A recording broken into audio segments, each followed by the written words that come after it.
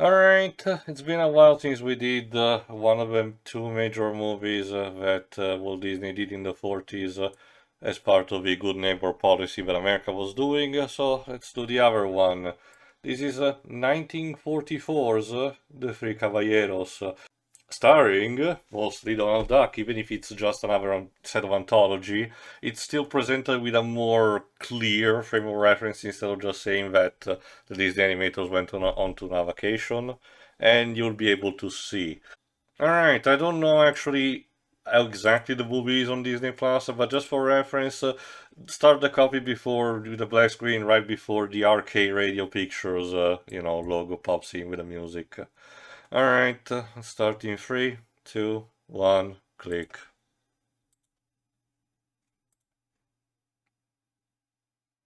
So, interestingly enough, this was apparently one of the first movies to ever have, and yes, there's Panchito.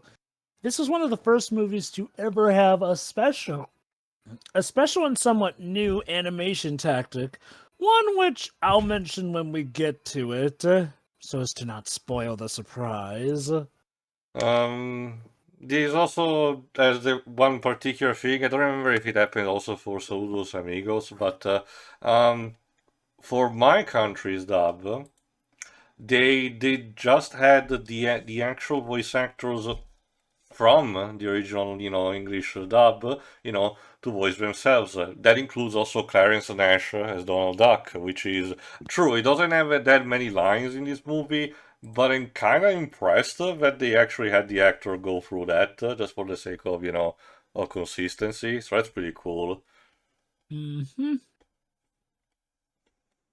So basically, of the three caballeros, each bird is meant to be a representation of a country. As you recall, we had, Donald from America and the parrot from Brazil.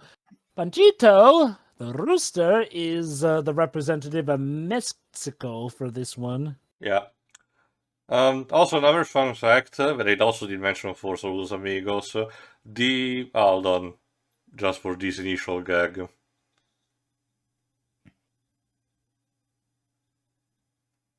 Yeah, as per tradition, Donald's birthday is on Friday the 13th.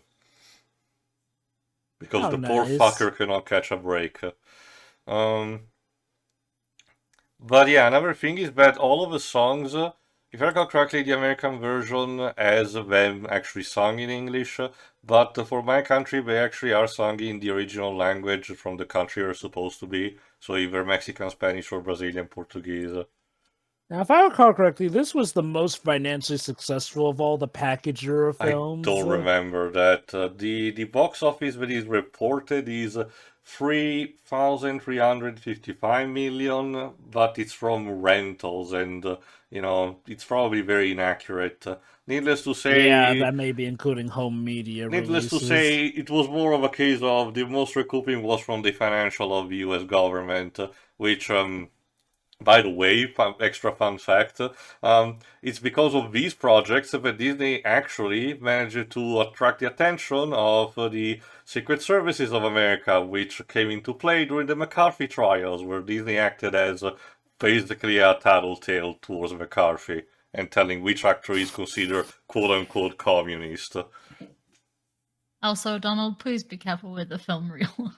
Yeah.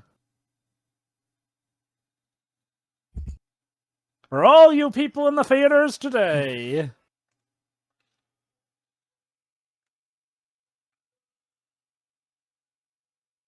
Once again, you can see some of the cost-saving measures that they had to do for a lot of these movies. Actually, Mr. Narrator, technically, the word raras is the Spanish/Portuguese term for rare. So, like a proper translation of strange birds would be actual patas strange, not aves estranhas.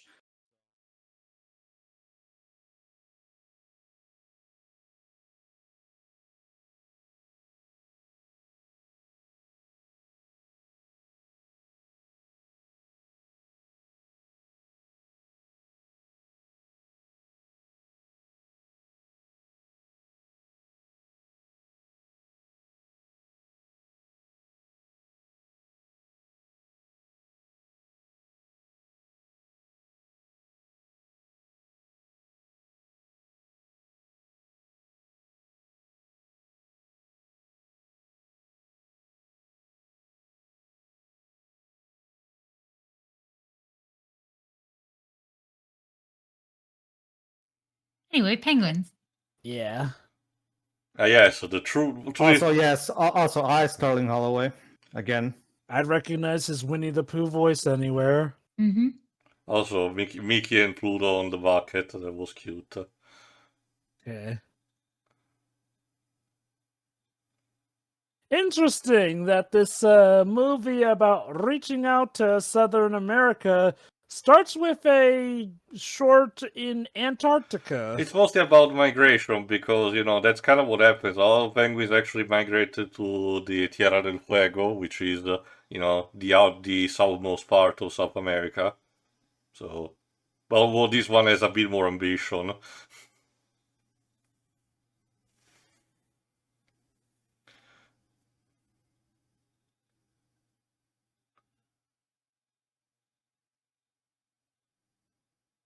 He's gonna die.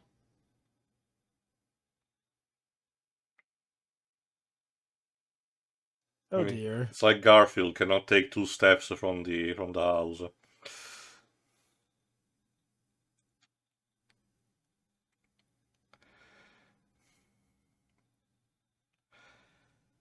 Oh, that's clever.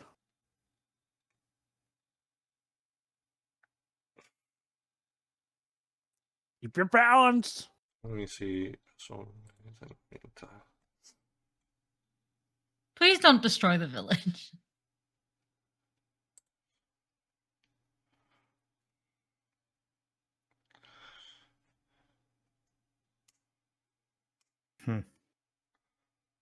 Okay, so it's custom to these. There are multiple directors and writers. Well, in this case, a bit less than usual when it comes to the direction.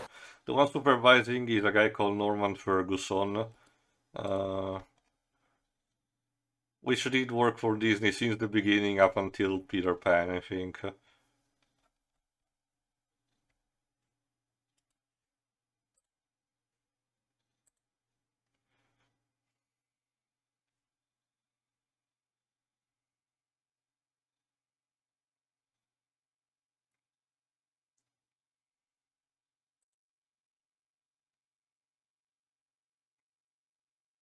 Probably in a bad way.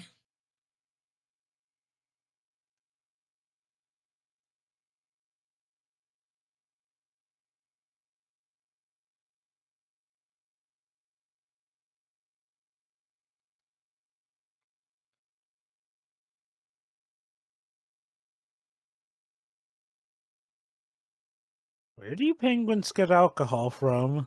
Also, you're littering in your own ocean, dude. I like how you question the alcohol, but not the central heating in the shower and all that stuff. Oh, I would have. I was thinking that too, but we were talking at the time.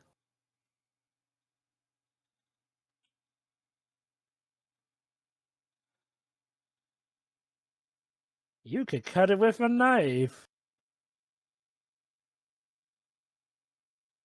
Or maybe Silent Hill.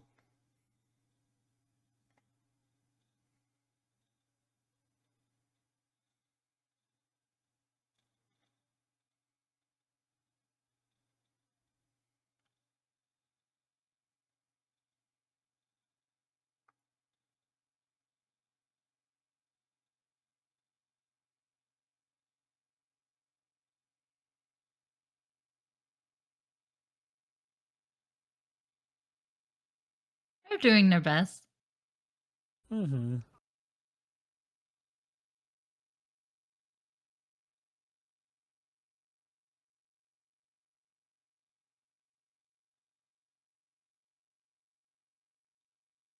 Next.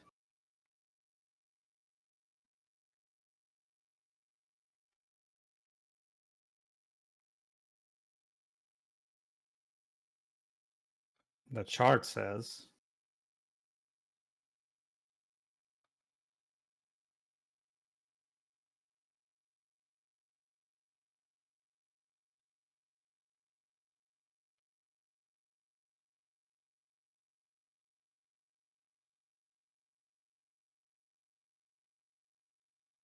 Fun fact: Peru means Turkey.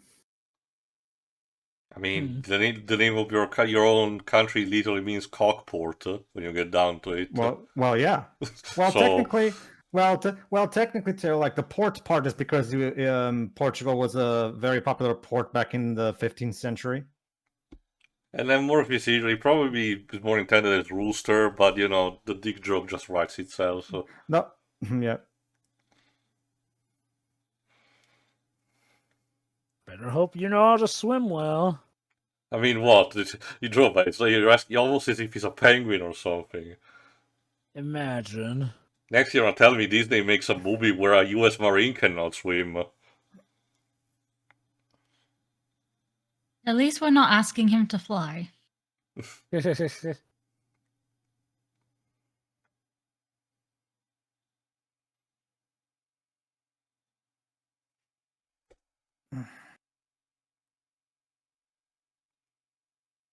you can swim.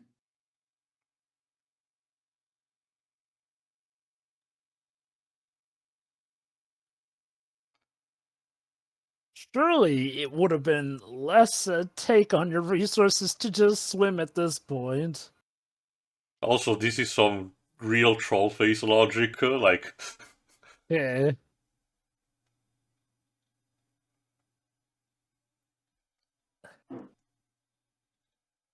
And ideally the rest of his life, because he is stuck there. Well, that's kind of what he wanted, so there you go. He has a house, he has food.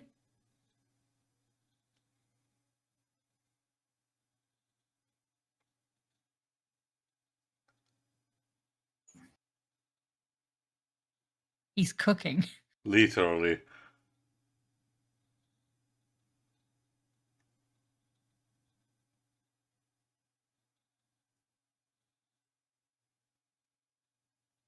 Although it's left a bit more ambiguous if he truly is. It's not just a simple nostalgia or not.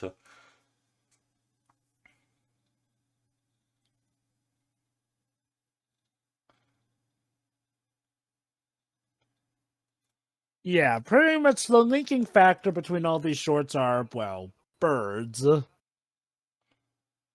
least for this first section. Like I said, this is still an anthology, but there's a more graceful type of framing device.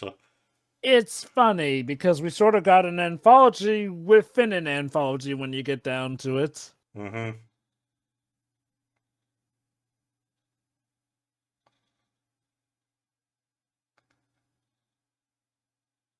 Pronunciation is okay, I guess.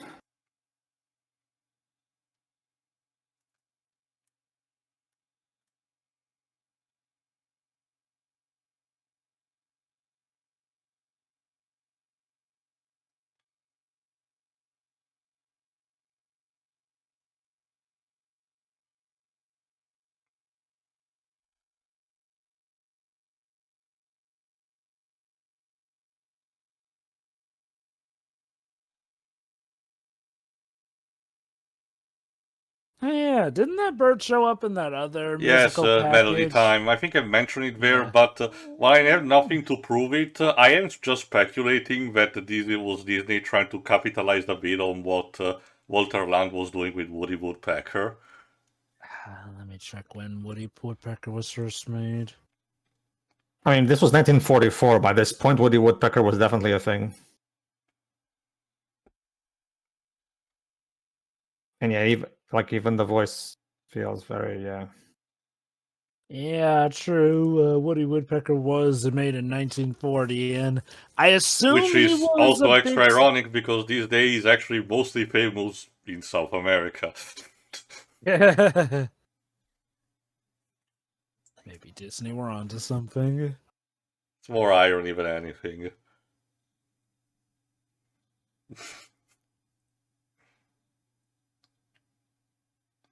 Wah, wah.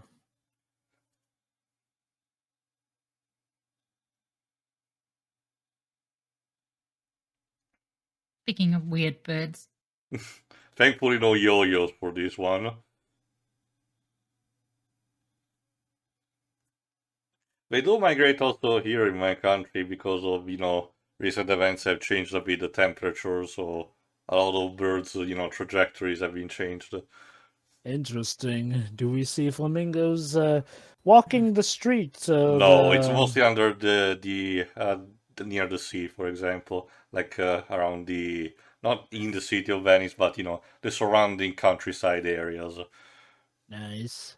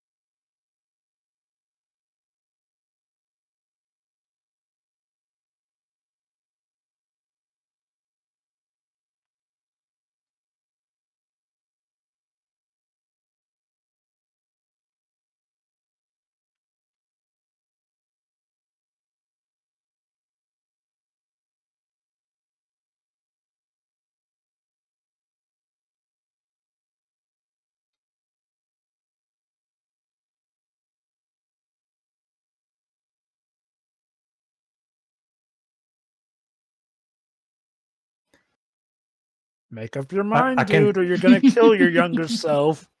I can tell that it was Ken Anderson who designed this character because he does remind me of how Pinocchio looks. Yeah, Disney tend to draw a lot of their kid characters like Well, yeah. Pinocchio back around that time, so yeah. Well, if you're gonna have people design multiple characters, eventually you'll notice similarities. It's just another. Well, it's a combination of. and, Sorry, go on. and yeah, this donkey also reminds me of the donkeys in Pinocchio as well. It's a combination of factors, the fact that it was close to when they did that, and around this time, this was the only major things they could do anyway. So It might have also been a bit of asset reuse as well. Well, not so much asset reuse, but design reuse. Because the War Package era was again much to Walt's own disdain, a bit where they sadly had to go cheaper with a lot of their stuff. And he died. Oh, okay. Well, if he died, he wouldn't be narrating right now.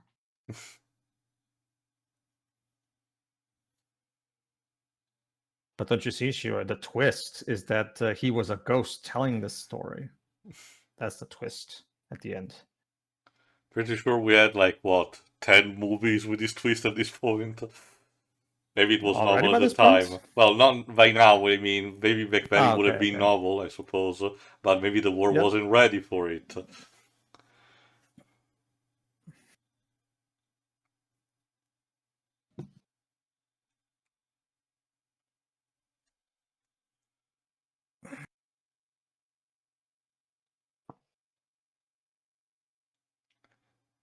How to train your donkey.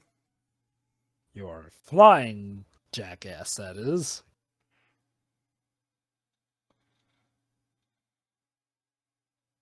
But don't you know, money doesn't truly buy happiness.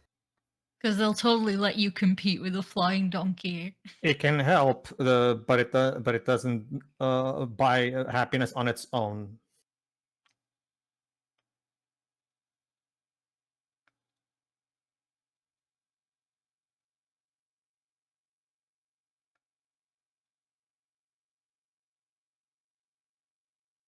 Is that good for you, though?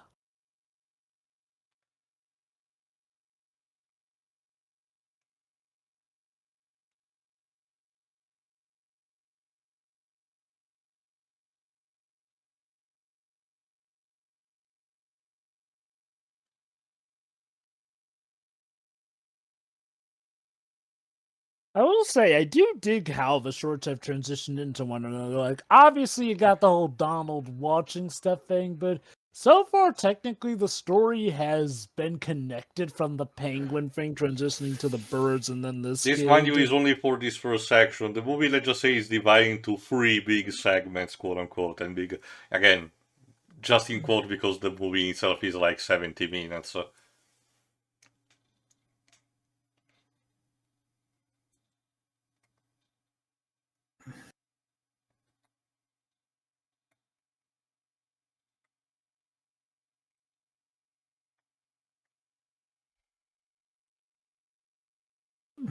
Let me see, what would have been 1,000 pesos back then?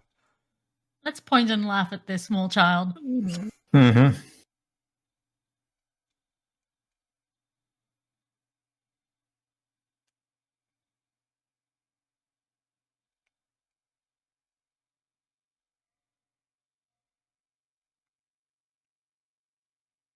Not that way.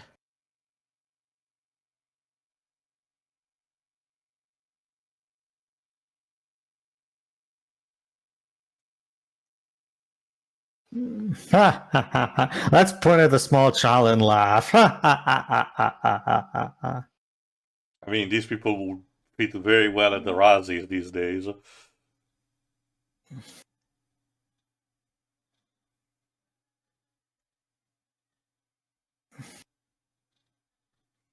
You can't see it, it's covered in dust.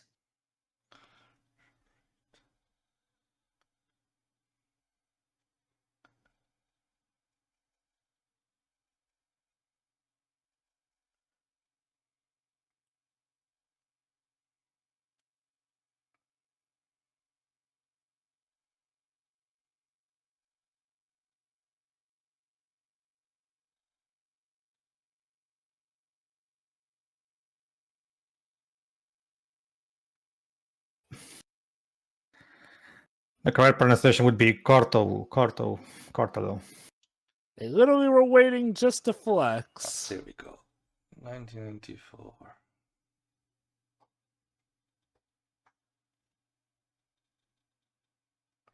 1944, 1 peso would have been roughly the equivalent of $4, which means, yeah, still big price. Yep. Nice.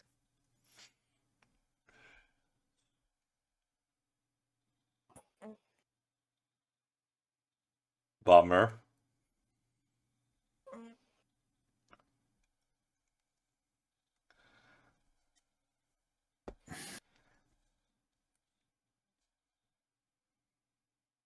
Guess that could be considered cheating. Well, does the rule Yeah. book actually have anything against the Pedro, we're not starting Airbud logic. Sorry. Wait, hold on. And you were Well- never seen from again, but how he's are the you talking narrator. to us? Well, technically, well, Teo, for as much as you don't care for it, like technically that is how it should be done. I know, I was just making a joke because Airbud is basically that same situation. Anyways, yeah. second section, second gift, Jova. Oh, I recognize that beat. Brazil. You're going to Jose. Brazil. Well, back then Yes. it was more appealing, so... Back then it was, yeah. Nowadays, yeah, don't go to Brazil. No. It's also the fact, well, okay, also worth mentioning, even back then, South America as a whole was still cultivating, authoritarian regimes as a whole, and these movies were basically mostly for tourism more than anything. I know a lot. I know a lot of Brazilian immigrants that live over here, and they'll tell you as well. Don't go to Brazil. Don't. Hey, Jose.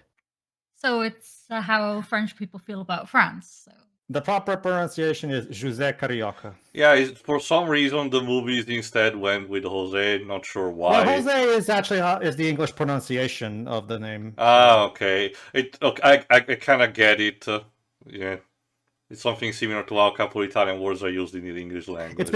It's because somebody thought that they based it on how you pronounce it in Spanish, but the Brazilian pronunciation is different. No. than the I Spanish one. get it. There are even some example title words from my country too. Like, Disney really thought their Woody Woodpecker knockoff was gonna catch on. And Jesus. I don't know how it works in the rest of the world, but I can tell the character did not caught up even in the comics.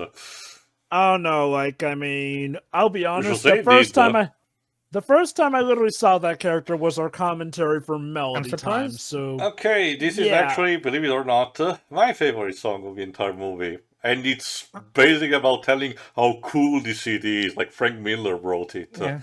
I mean, don't get me wrong, but he is cool and all. But you'd think they would go for Rio de Janeiro. I guess they wanted to not go Right. through the most, Too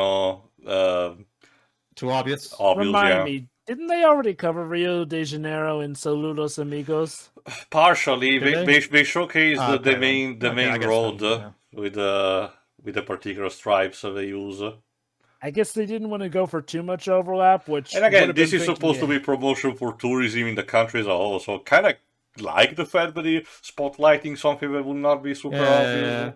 Like I over wonder. here in Portugal and in Brazil, there's still a lot, and I mean a lot of these more traditional houses. They are very old-fashioned in the way they're made. Not in the same way that America still has the classic suburban, houses that are like these are even more. These are even more ancient when it comes to their materials that they're used to make it. Hmm.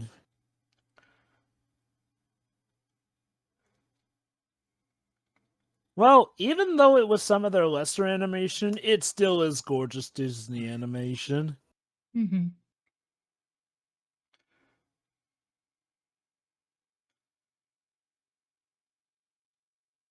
So, for those who have seen both movies already, which do you prefer, Saludos Amigos or the Free Caballeros? Technically this one, but Same. I'll let you wait until seeing, because there is something I have some minor reserve to it. Not to say that it ruins the entire movie or it sucks, but you'll need context for that, Joe. Okay.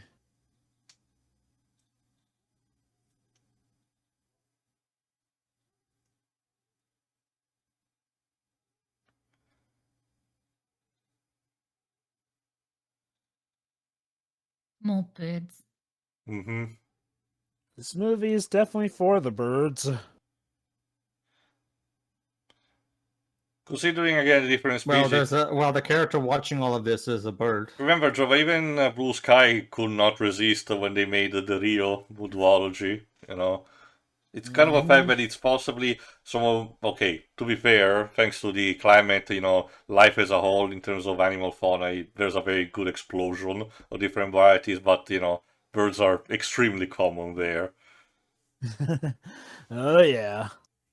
In fact, I think Rio in particular is proud of all the birds that they host. Mm-hmm. That's why you have that Blue Sky movie. Duology, the Rio, like I said. Rio, yeah. Mm-hmm.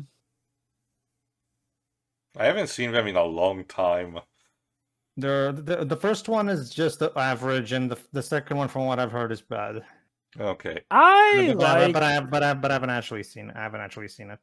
I've seen them. I'd say they're both good. I would definitely say the first one's better, though. The director of those movies went on to do Fernando, so there's that at least. And okay, the most notable thing about them is I would argue their soundtracks as well. They do have good animation, and again, they're not bad. Yeah, the director of that movie is actually Brazilian, right? So he actually It definitely knew. shows. Passion Yeah. project a bit similar to what Turning Red and Luca were. Also, Jose cross-dressing, progressive. He said about that singer. Daffy Duck also dressed up as her. I forgot what's her name. Miranda something.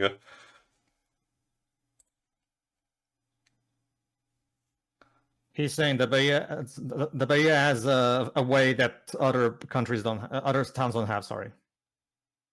Wow, that's one way to shrink someone down to size. Oh, trust me, Drova. There's gonna be a payoff for that later. And you'll have a lot of luck, he said. Who, me?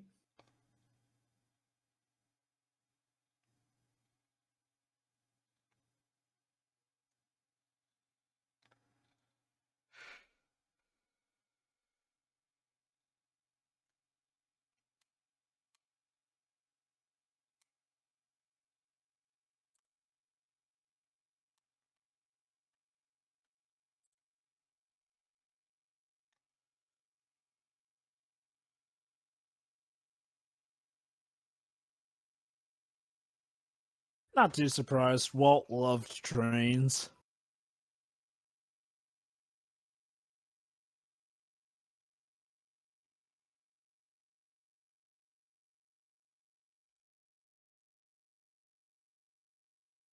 Oh, you again.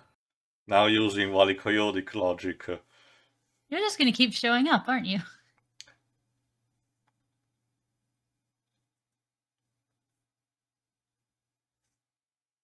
Like, I legit have to wonder, like, oh, snap.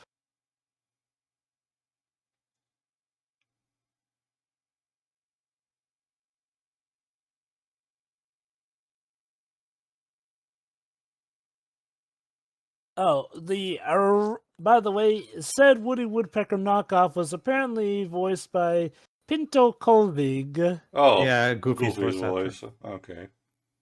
Huh. Interesting. He was an animator. He was an animator at Disney, and he also did Grumpy in Snow White. He also voiced for Pluto, too. Mm-hmm. Remember, this was back in the day where the voice acting industry wasn't really a thing yet. So most of the time in cartoons, it was the animators themselves doing the voices. Mm-hmm. In fact, that's one of the main reasons. Like, for as much as a lot of people like to talk about how Aladdin supposedly started the trend of having celebrities in cartoons, that was already a thing even back in these days. Because Cliff Edwards, the voice of Jiminy Cricket, he was a celebrity already when he did Pinocchio. So the Oh, whole calm thing, down. so the whole thing with celebrities doing voices in animated movies, that's always been a thing. Honestly, if you actually look it up. I probably forgot Rasulo Amigo Shira. Get used to it. Donald during this era and was very ambition towards live action woman. Yeah, such a simp. Which, yeah, now's a good time for me to mention. This was one of Disney's earliest takes on the live-action animation hybrid format. You can kind of see because the quality of the blue screen the actors are standing on is not on par with the actual HD restoration, but it's understandable. I bet that when this first came about, this was amazing. To be fair, around this time, Betty Boop had already done it a couple of times, if I recall correctly. Basically, the lyrics basically describe that who wants to buy my quindish, which are like they'll make you cry for happiness from eating, basically. Because an expression that we have in Brazil and Portugal is that when something is super delicious, it's so delicious it makes you cry, basically. I will say the blending of the animation style with some of the actual physical sets is legit amazing. Like, if you pay close attention, you can see what's clearly live action in the background, but it blends in well with the animated background.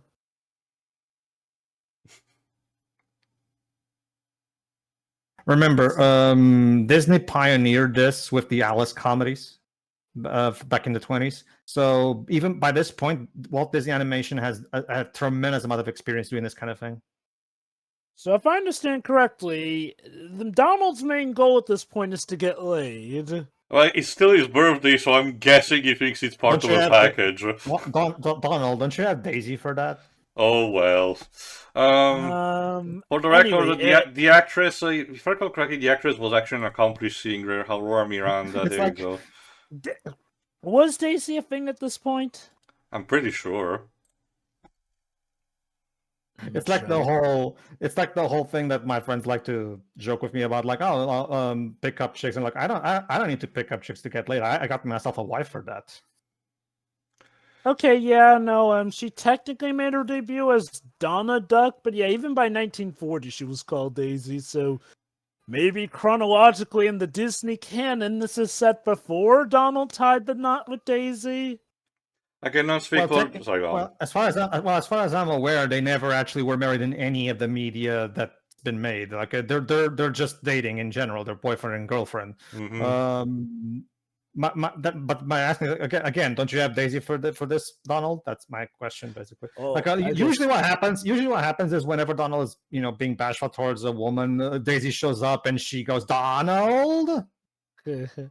Again, I'm guessing this is probably set before Donald was going steady with Daisy. And one of the main goals, if I recall correctly, of the blending of 2D animation and live action was the idea of, how can we make the character, from these two men interact, and possibly one of the most logical thing was what the cartoon character, finds this appearance potentially exotic and attractive for them.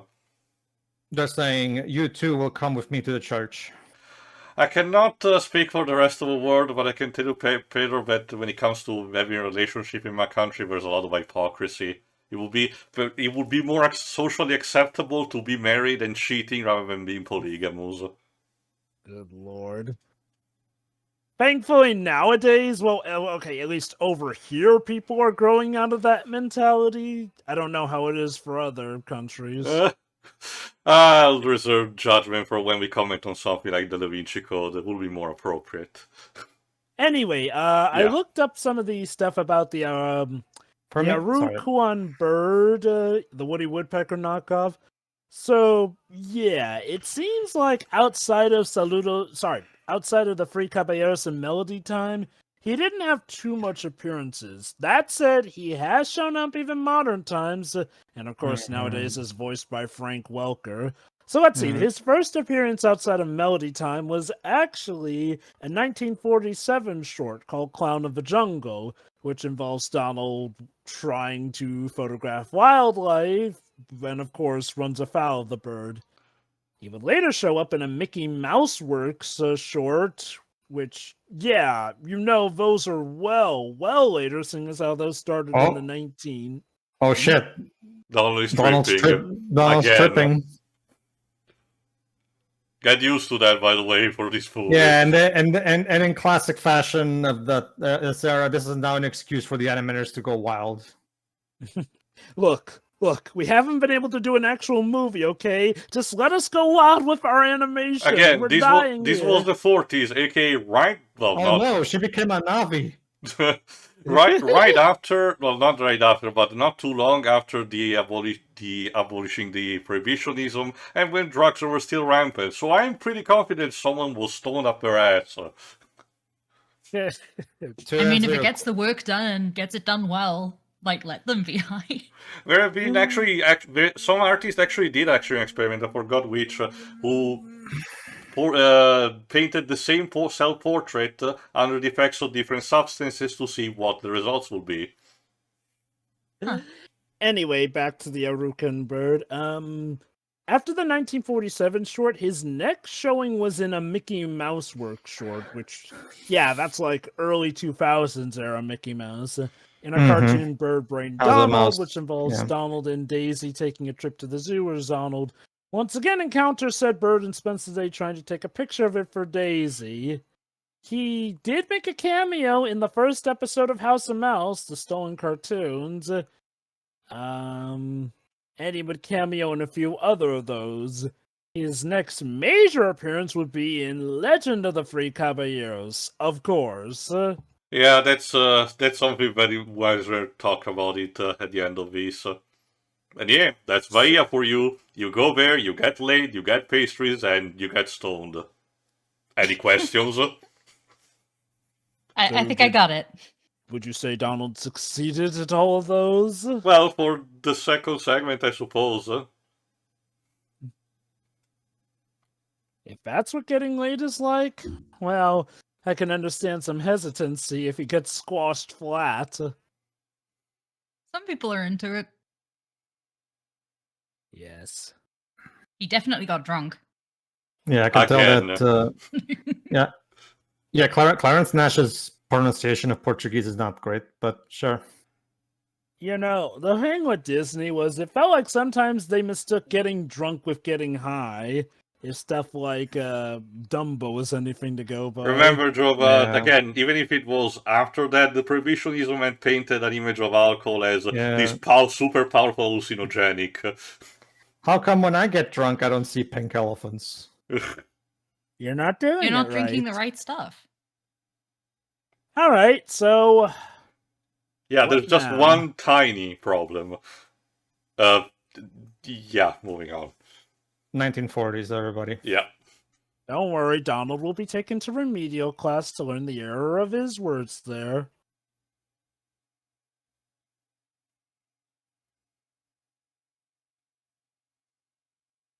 Oh boy, I'd love to Nothing. read a manga. No, manga means sleeve. I know. I've taken a few Spanish courses, but I just couldn't resist. Sure. Also, we Oh. don't deal with black magic, okay? I mean, You know, it worked I for love- Mickey. Wow, it's just like I'm playing Homeworld 3. Topical. It worked for Mickey, but it doesn't work for other people.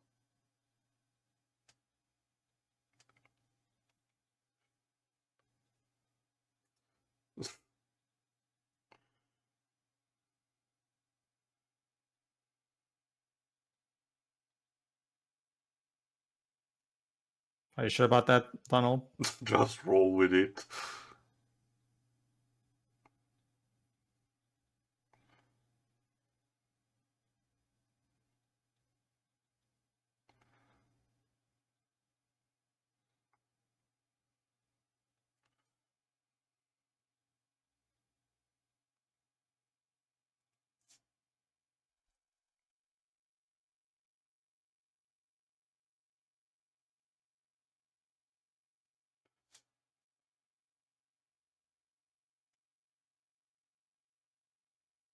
You kill my head? Who says that? This guy, apparently. I can tell you that that's not really based on any kind of expression in Portuguese. I think this is what TV tropes called Poirot speaking, as in, foreign countries, getting a general assumption. It's kind of the equivalent of Vievi in Team Fortress 2 saying, that slaps me on the knee. Also, since these are the hearing impaired subtitles, they always say who the name of the person speaking, and they said Joe. It's not Joe, it's Jose, guys. Someone screwed up there. I think Joe is like his nickname. Unless it's maybe it's the way Donald uses the nickname for him. I don't know. Oh yes, I believe it's finally time for us to get to the free Caballeros. With also a throwback to the soundtrack track beat from Fantasia.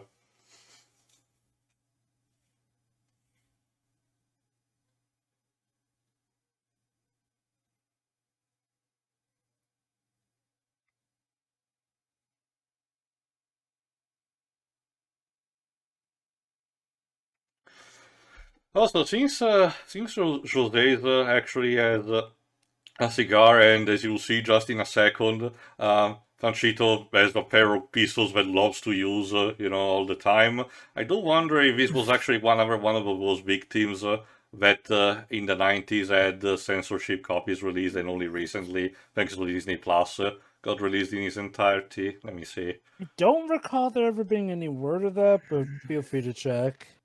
Well, remember, like Panchito is a very typical stereotype of Mexicans about there you go.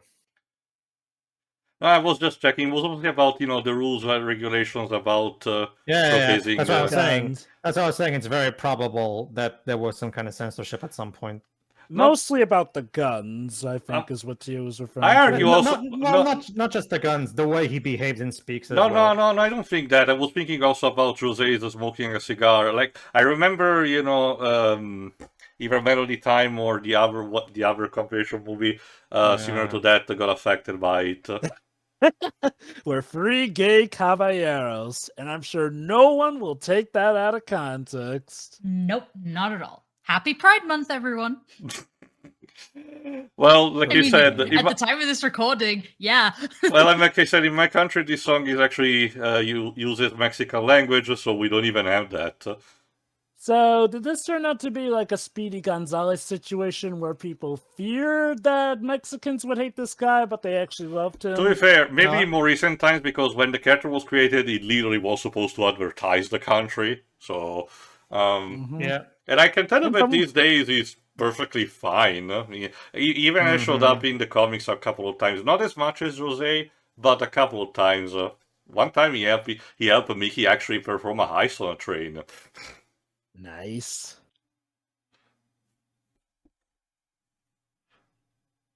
It's one of those things where people who are not even part of said community will say, "Oh, this is offensive to said community," and the community itself will say, "Is it?" I don't know. Like first we're hearing of it.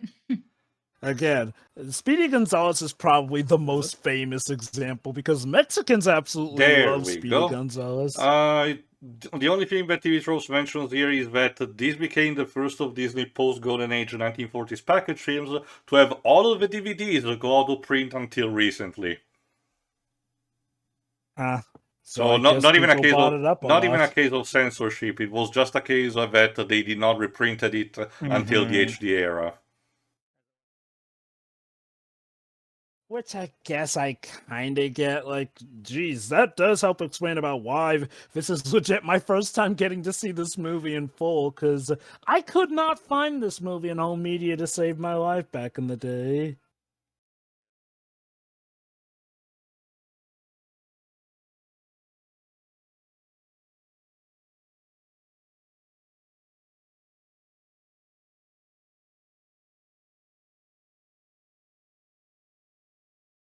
It's one of those things where, Disney Plus is actually, something for the better because, these movies otherwise would have had not much of a re-release and especially not in HD.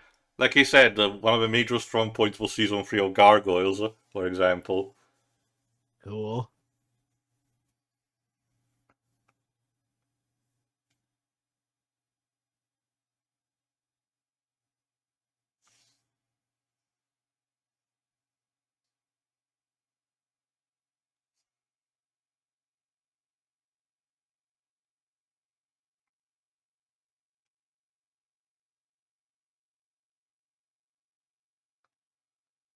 Again, it's the quintessential form of education. Entertain the audience to retain their attention.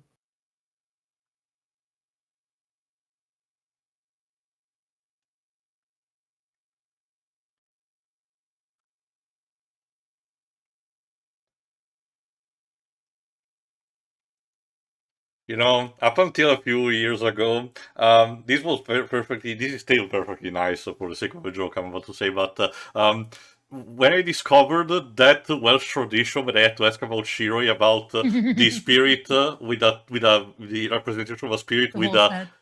with a horse head, skull that has to ask to each door about letting them in, and feed the first to lose has to drink everything. I cannot see anything anymore like that. Really? Yeah. Is the horsehead supposed to be Death himself?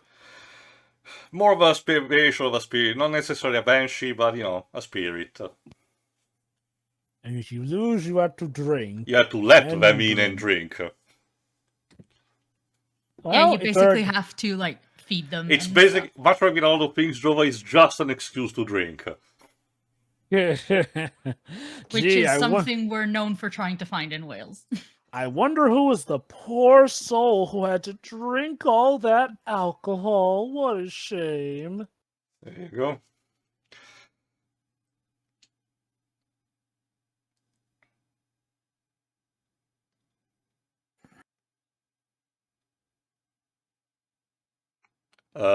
Whatever Obi-Wan said in episode 4, expand your sensations. And use the Force, Donald. Really? Because I was just gonna. No, I'll use the Force. Okay. Are you happy? I've never been happy. Also, Jova, the way to actually, convince people to let you in is through song. Ah, wonderful. Yeah, if I recall correctly, the entire tradition is that they have to say in a specific, like in a rhyme or a song, and it to be convincing. The first who actually gives up. There you go. There's a cursed thing. Well, if one likes song, then I guess they win. I mean, Wales is known as the land of song for a reason. Oh, I am pretty sure I recall some of these aspects showing up in the It's a Small World ride. Wouldn't surprise me.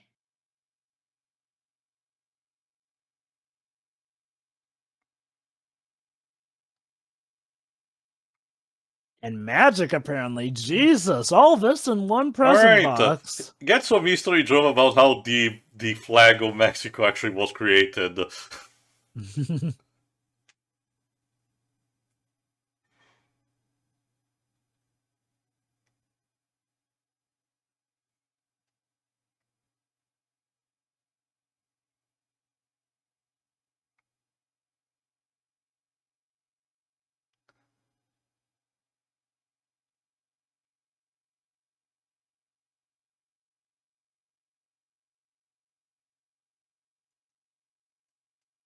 I don't know how much historically accurate that is, but I do know that, when it comes to mythology, the Aztecs were particularly interesting, so it wouldn't surprise me. Yes, they Oh, look were. at that, Shiro. Oh, look at that, Shiro. As he himself just said in the lyrics, a gay serenade. This is a very progressive movie. I have to honestly applaud their efforts. So ahead of a time. It is a bit. It is a bit iffy for them to put this in here, though, because the word "gay" in these languages is not used for jolly. So To their credit, I think they're only using gay as an English word in that sense. Yeah, for the characters who are doing a mix of English and foreign language. yeah, but the guy said gay serenada. I'm guessing you feel like it takes you out of it a little bit. And if I understand when correctly, like- it's not the same as in Japan, where sometimes you sprinkle English word just for funsies. It's not like that. No, Yeah. we don't do that. No.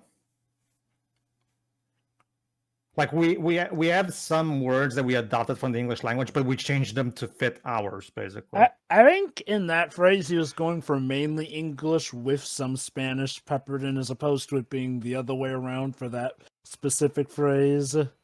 Since it does feel like this is majorly like I said, English. my country cuts the finger the root and just uses the entire song in its original language, which I think works for the best. I will say, I think I do have to give the edge to this over Saludos Amigos, but I do feel like Saludos Amigos had a more consistent framing device.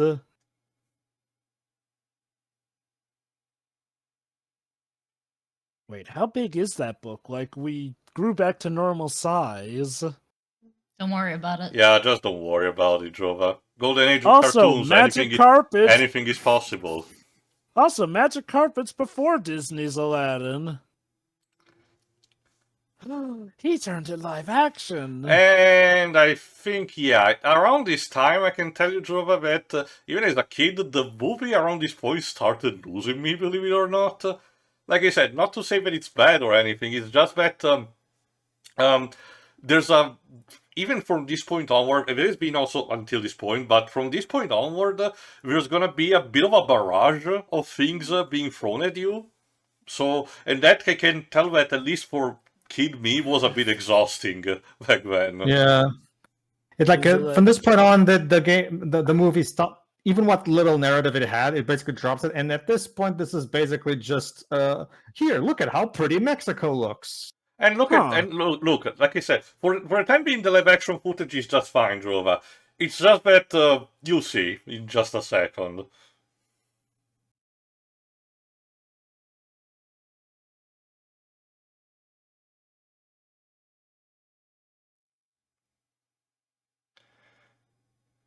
Yeah, transition to the next panel.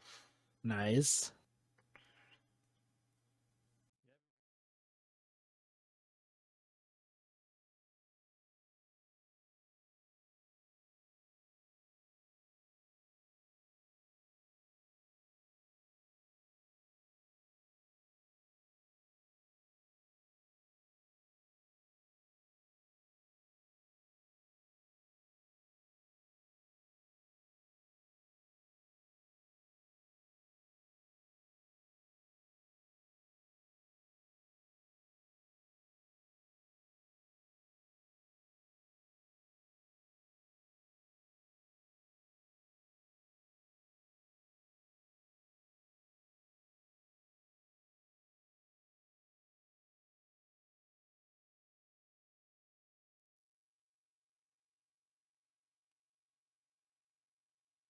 I will show you the way.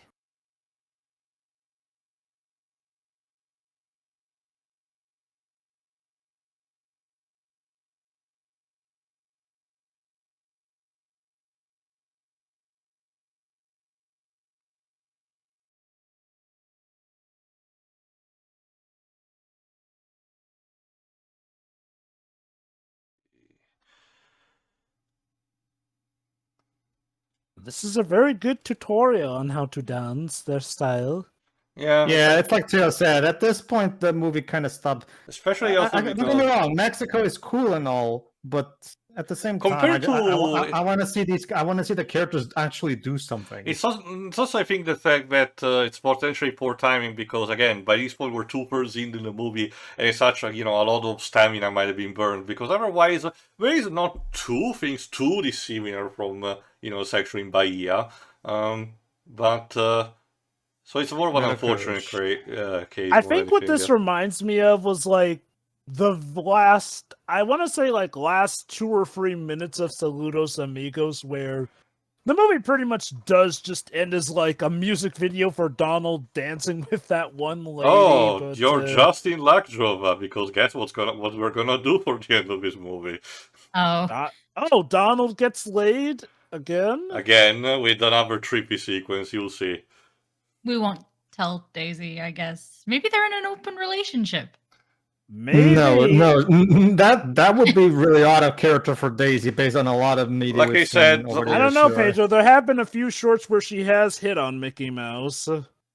Not unless they've recently rebooted her character or something, because I can tell that classic Daisy is definitely doesn't want Donald fooling around with anybody else. I forget if it was a classic short or a Mickey Mouse work short, but I've seen at least one or two where Daisy is hitting on. There have been a couple of comics that actually have been, at least start a conversation on the idea, say that maybe the two needed a break, and in the meantime, Donald tried to have another relationship, and then usually it ends with the two getting back together. Oh god, on a break, it's Friends all over again. Who knew Donald Duck had Riz? Sonic could never. Yeah. You say that, Shiroy, but Sonic has gotten the affections of no less than two princesses, a pink counterpart of himself.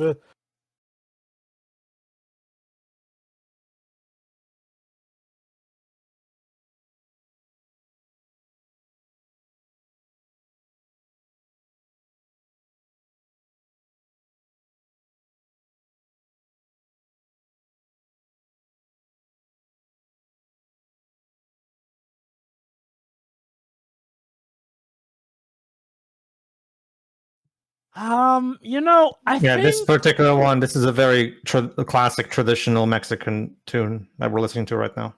It's good stuff.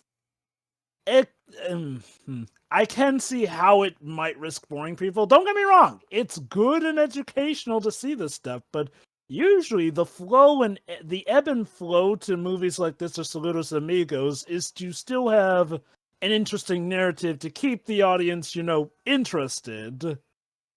They are singing, we don't have to get married, like Mom says, basically. But see, the thing is, up until the 50-minute mark, the movie has been the three Caballeros talking and educating us on stuff, right? Now it feels like we're just watching footage, stock footage of Mexico with the characters sprinkled on top of it after the fact. I wonder, did Disney really just want to flex how good they were at mixing animation? Or maybe this was just essentially them trying to cobble the material that they had with the time that they had. But in spite of that, you guys still prefer this movie over Saludos, correct? At least I do. Yes. Although I usually tend to see as, both halves of the same package anyway. Oh, I can agree to that. When you combine them, you usually get roughly a 2-hour movie. So it can work out. Hello, Baywatch. Of course. Yeah, no, this is Baywatch all of a sudden. I guess they don't mind the attention.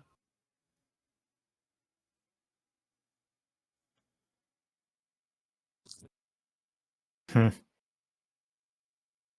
can just imagine them directing the people. Okay, now act like all hell is blowing loose. Did they have a turbine machine to blow things away? I wonder. Our three heroes are terrifying all the people at the beach. While emulating Warplane. By the way, this was released while World War II was still going.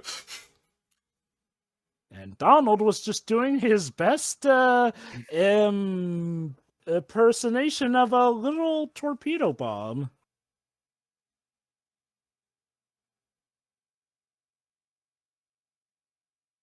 These women seem to be very accepting of the fact that a talking anthropomorphic animated duck just showed up in front of them. Must be one word from the Studio Ghibli universe.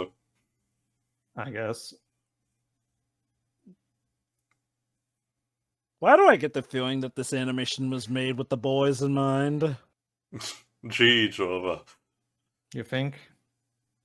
Well, I'm sure there were some girls who appreciated it too. Well, like you said, they even had a couple of celebrity singers, from South America.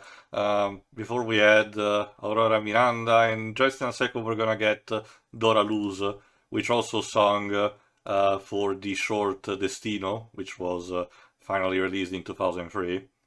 Also, is it me or do I see what looks like a studio lot background there? Probably. I get it, yeah, maybe a couple of these beach scenes were actually filmed in California. That, or never mind, that might have just been the beach wall there. I legit thought that was an interior shot. And Donald, cover your shame! No, it's okay. It's perfectly common for ducks to go around without clothes. I mean, he and Daisy usually go around without pants. Tops, yes, but pants, they're half and half on.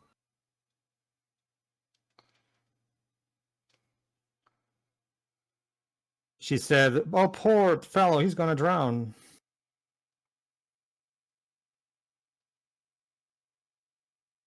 Okay, so there you go. And that was Donald literally saying, chasing women while saying, "I'm going to get you." So yeah, let's try and take this out of context, see what we can do with it.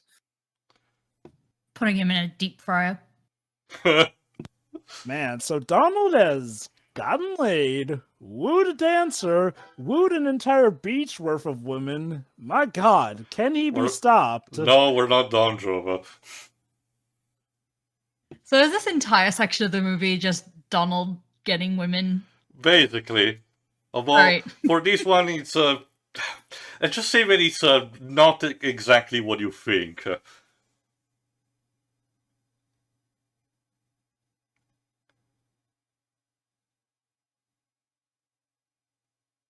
Oh, we're looking at a star. Oh, There no, you go. the star becomes a woman. There's our singer, Dora Luz. Mm-hmm. So we were going to Mexico City, but no, let's focus on the sky instead. Because this is essentially our final piece, by the way. The singer who talks about basically if I recall correctly, also about the stars, how everything is beautiful, and Donald just veering into space, as you'll see in a second. Do we actually get to go to Mexico City, or Nope. was that legit? If anything, we're kind of almost done with the movie, Jova. As in, for this final piece, by the way, it's just Donald. Panchito and Jose will be left here and will be just present for the very end of the movie.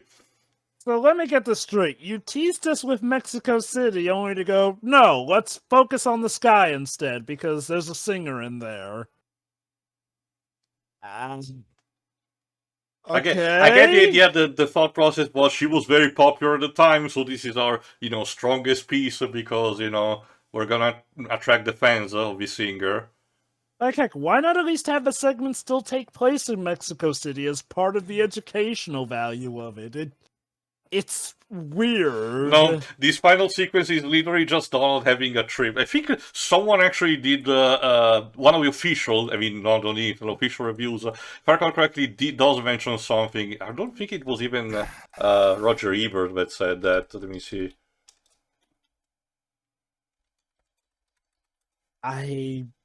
Well, it certainly leaves me speechless. I do agree that it's probably best to view this and Seguros Amigos as two halves of the same coin, essentially. And I guess I still would give this an edge, if only because I love Panchito so much. It's nice to have the complete free set of the birds.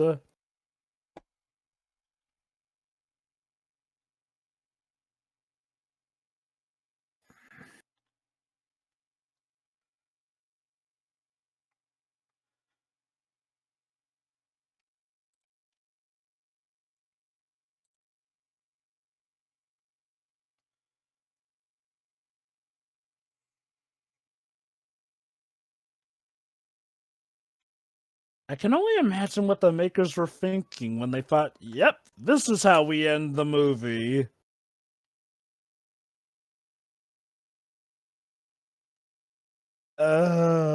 She's a flower. Now it all makes sense. Things are about to get weirder. Oh, and suddenly the free Caballeros again.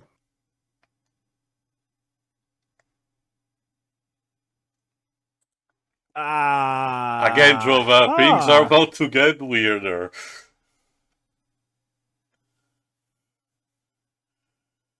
So he is high. I don't even get how he got high all of a sudden. We didn't drug him, did we? He's on a drug called love, Jova. The movie went from 0 to 100 in a few seconds. Like I said, the movie was kind of already losing me, and at this point, even as a kid, I was like, what the hell is this? Yep, those are certainly hot women, all right.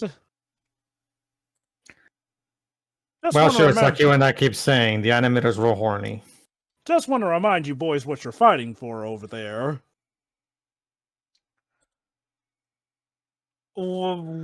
Okay. At this point, they're just doing random shit. This feels like a fan fiction, decades in the making.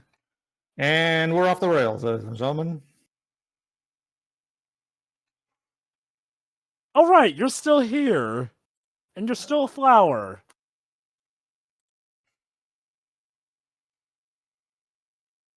It's like being high but without actually doing drugs.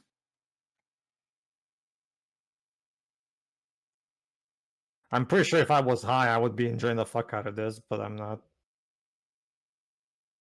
I mean, it's not even necessarily a terrible sequence, but I legit wonder, was the ending just a challenge to weird the audience out as much as they could? I can only imagine what, again, mostly for American audience because exportation because of the war was not really possible, but I can only imagine what an audience in a theater watching this would have thought. I don't mean, values or anything, just, the idea of how bizarre it is. Tell me you're watching this and this doesn't make you want to go visit Portugal, Brazil, or Mexico. Well, Portugal is not included in the countries of this, but I get your point. Yeah. If anything, Jova, I find more... Like I said, Jova, don't go to Brazil. Just don't. So come to Portugal instead. Sure. Hashtag shameless plug. So are things in Portugal this animated? Well, to his credit, to my credit, it was Jova who brought the idea of it. I know. Remember, Jova, all drugs are legal over here. So, yeah. So, is this what you guys tend to see? Women turning into cactuses, or cactuses turning into women? Look, let me put it this way.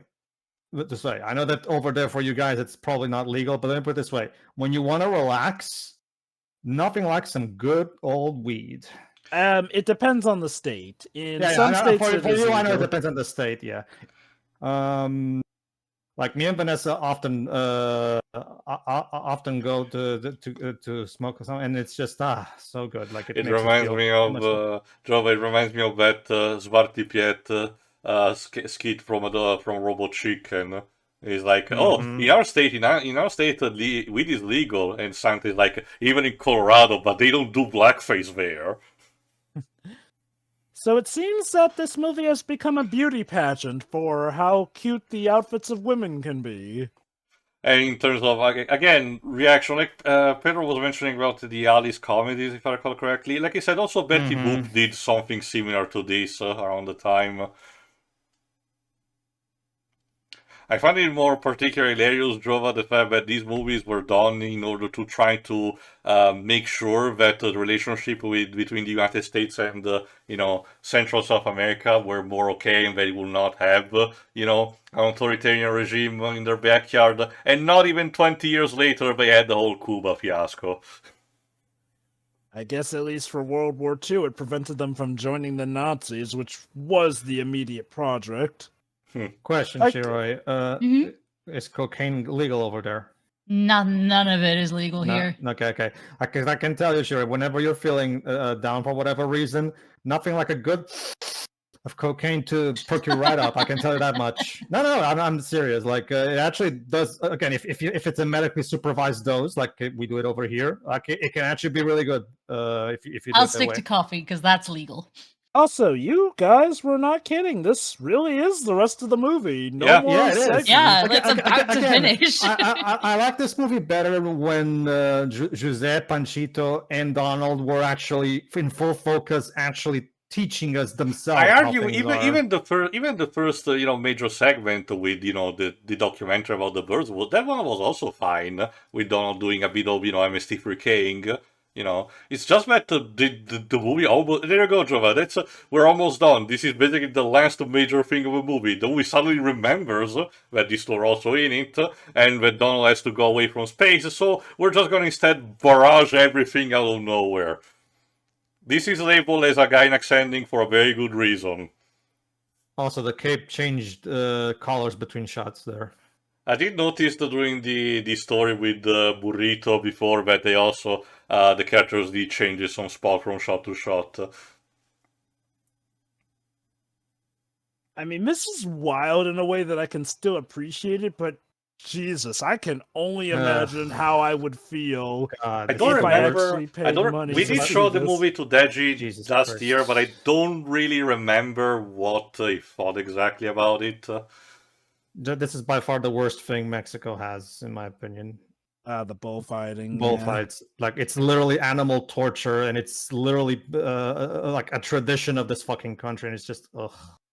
Does Spain still do the running of the bull? In Yes, they Pamplona, do, and yes. it's, That's That one also is- something that one is I've generally- I'm happy to tell you that we don't do this kind of shit over here in Portugal. At That least. one is So- just more stupid more than anything, Jova, because it's not even just a case of being cruel, it's about people risking their lives for nothing. Not just only that, that, but what no, that's- happens if it's the both bulls things. ram into And by the way, Jova, buildings, we're too? done. We're done. Yeah, well, the I Fin, mean, and for whatever reason, the Fin has the colors of the Italian flag for some reason. Mexico, remember, three-color. Right. again, to show how Sorry. we're coming together and all But that. yeah, we're basically done. There is no conclusion or, epilogue. Oh, Happy yeah, birthday, It doesn't Donald, I even guess. end. It just I can stops. only imagine what the climax of this, if this were a Kingdom Hearts world, would be. The movie literally goes. By the way, we're done. Bye. Basically. I mean, I guess they kind of run out of budget. I guess mission accomplished, but Jesus, that final. Okay, I don't even want to say the final act as a whole, but that. All right. The so, characters, final thoughts? just to mention quickly, the characters will appear, like we were mentioning in the comics. In more recent times, they had a cameo in one of the episodes of the DuckTales reboot, but it was more of a cameo than anything. There was a series done, which I think is called Legend of the Three Legends. Caballeros, but I don't think it was officially produced. It just circulated around and got leaked at some point, but we never did anything with that. So I think it's there's available that. on Disney Plus now, but don't quote me on that. But yeah, no, I remember when that cartoon was floating around the same time the DuckTales reboot was coming about. Like, it was so on and off that some people didn't even believe it truly existed. Then it turned out it was floating around, I think, Latin Disney production or whatnot.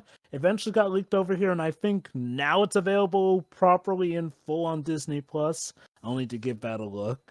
Alright, in the meantime, final thoughts, I guess. Shiroi? All right. That was fun for the most part. The last one was, it kind of just went off the rails for ages. Wasn't a fan. Yep, went a bit off the rails at the end. The other two were fun. I think the second one was the prettiest, like animation wise and such.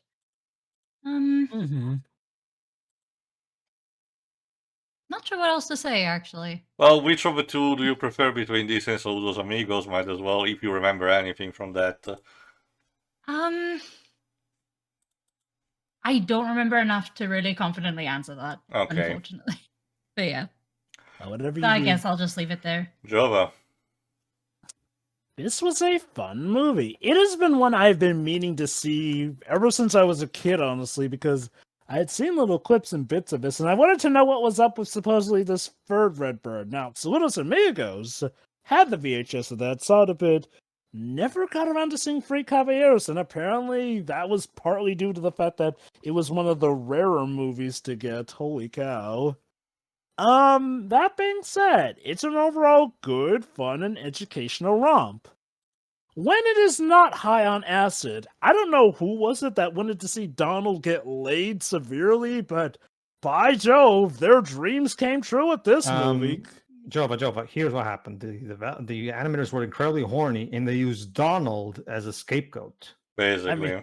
You know what? That would explain it, honestly, especially since we get several beach scenes, primarily consisting of ladies, who, well, thankfully, Donald doesn't take things too far, but he does actually get laid. Holy cow. He's a real Which, James yeah. T. Kirk, a woman in every port, so to speak. Goodness gracious, the stuff he gets up to. And yeah, no, that last bit is wild. I can't even say the last segment as a whole because technically the segment starts off relatively fine. It's when we get to the final bit with Mexico City. Again, it's like, oh, let's check out Mexico City. No, Donald. Instead, let's look at the sky, which just happens to have a famous singer in it. And I'm like, huh? Well, screw you, Mexico City, I guess. It boggles my mind. Because Mexico City, from what I recall, is one of the more famous cities in Mexico anyway, so why hype up the audience only to do that? Unless everything that happened in that segment literally was just supposed to be a representative of Mexico City, in which case, huh? But okay, that aside, the shorts are nice. I do dig how the first third of the movie ties together things relatively creatively with that one movie that Donald's watching. Jose entering the picture is nice, and I flipping love Panchito, so yeah, no, for the most part, it's great. I'm gonna give this a slight edge over Saludos Amigos, if only because I do like the three Caballeros when they're a complete trio. But I will give Saludos Amigos this, that it had a more consistent framing device for its shorts, and also its ending, even though it also kind of just veered off to Donald's doing something and that's the end, at least that was quarantined to like the last 2 or 3 minutes, whereas this was like starting at the 50-minute mark, it just went off the rails. Not in the worst way, though. And hey, it's a good addition to the war packaging era, which, trust me, from what I have seen, needed all the help it could get.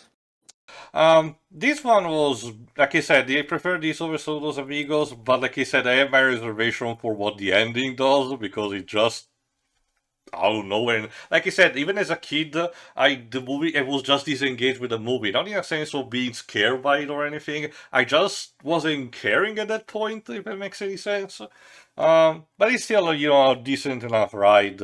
Nothing much more to add other than what I already said. I tend to view these two movies as a complete package more than anything. Pedro. That was enjoyable. Well, the first 15 minutes were, at least. The attempt at representing these cultures is okay. Considering the time that this was made, yeah, it could have gone a lot worse. So I guess I should be thankful, at least. José Carioca. It's like Teo said. Like, at some point, Donald becomes the star of the show in the last 10 to 15 minutes, and Jose and Panchito basically stop being a thing for a while there. And it's just like, what? I thought this movie was called The Free Caballeros. You could say that they become Donald's wingmen. This is not Top Gun, Jova. Funny. Anyway, it's fine. It's fine for what it is. But those 15 minutes is basically what I usually just turn the movie off and just, No, it's basically being high, but without the benefits. So I don't know. Yeah, that's it basically. All right, there are still technically 2 of 1.5 basically of these movie compilations left. One is about the story of Winding Willows and Sleepy Hollow, and the other one instead is Fun and Fancy Free, which incorporates the story of a bear and Mickey, Donald and Goofy adaptation of Jack and the Beanstalk. So we'll see what happens when we ever get to those See ya. See you See ya. then.